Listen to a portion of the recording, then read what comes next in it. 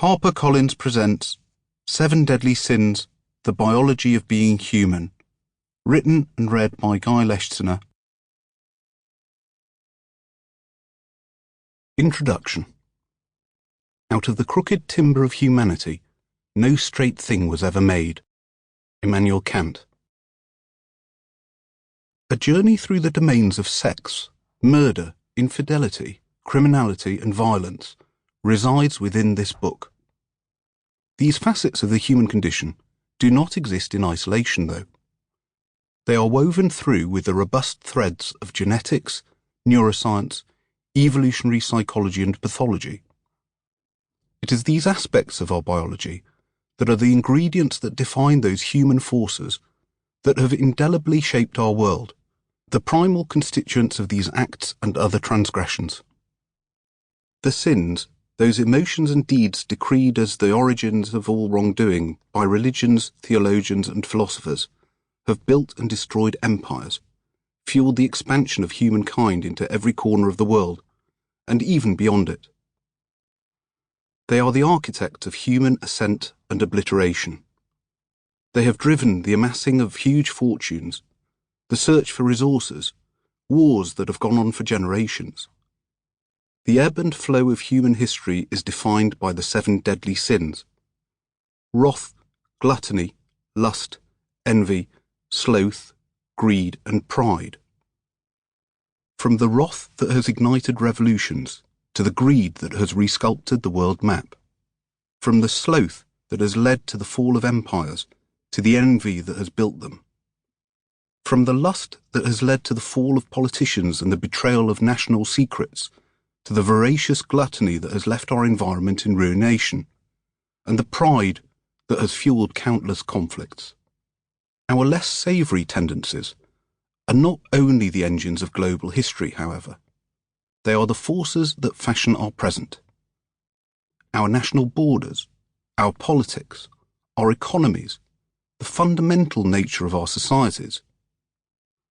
In my clinics, I see the consequences daily. Syrians, Afghans, Iraqis, people from former Yugoslavia, all in London as an outcome of war and upheaval, the fruits of the human sins. And as I look at the streets around the hospital, the myriad faces is testimony to other cruelties inflicted by man: colonization, slavery, trafficking, conflict, products of greed, wrath, envy and pride. These sins are the drivers for the personal lives and stories of every single one of these individuals, and indeed for us all. The last 25 years of my life have been a window into human society, delving into corners of humanity that relatively few outside the world of medicine ever see. Disease is a great leveller, afflicting every manner of person, striking without prejudice, from the vicar to the murderer.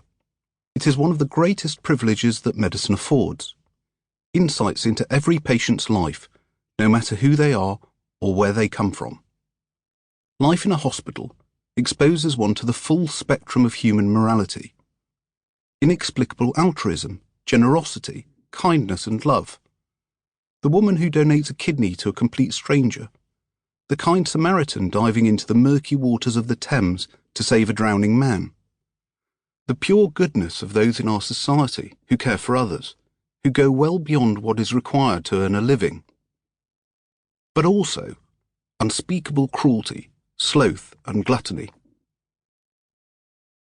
Patients eating themselves to death, or those brought into the emergency department beaten to oblivion, the victims of anger, envy, pride, lust. These human failings have also affected my own life. If I examine where I am now, what I'm doing with my life, my own thinking, my own psychology and worldview, I can directly trace them back to the sins, those foundations of wickedness.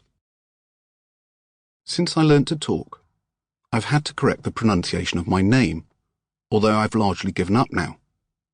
The maelstrom of consonants, the alien juxtaposition of S, C, H and Z, strikes panic in the hearts of dentist receptionists calling out my name, colleagues introducing me, patients, even cold callers asking if I've been involved in an accident. And it is Sample complete. Ready to continue?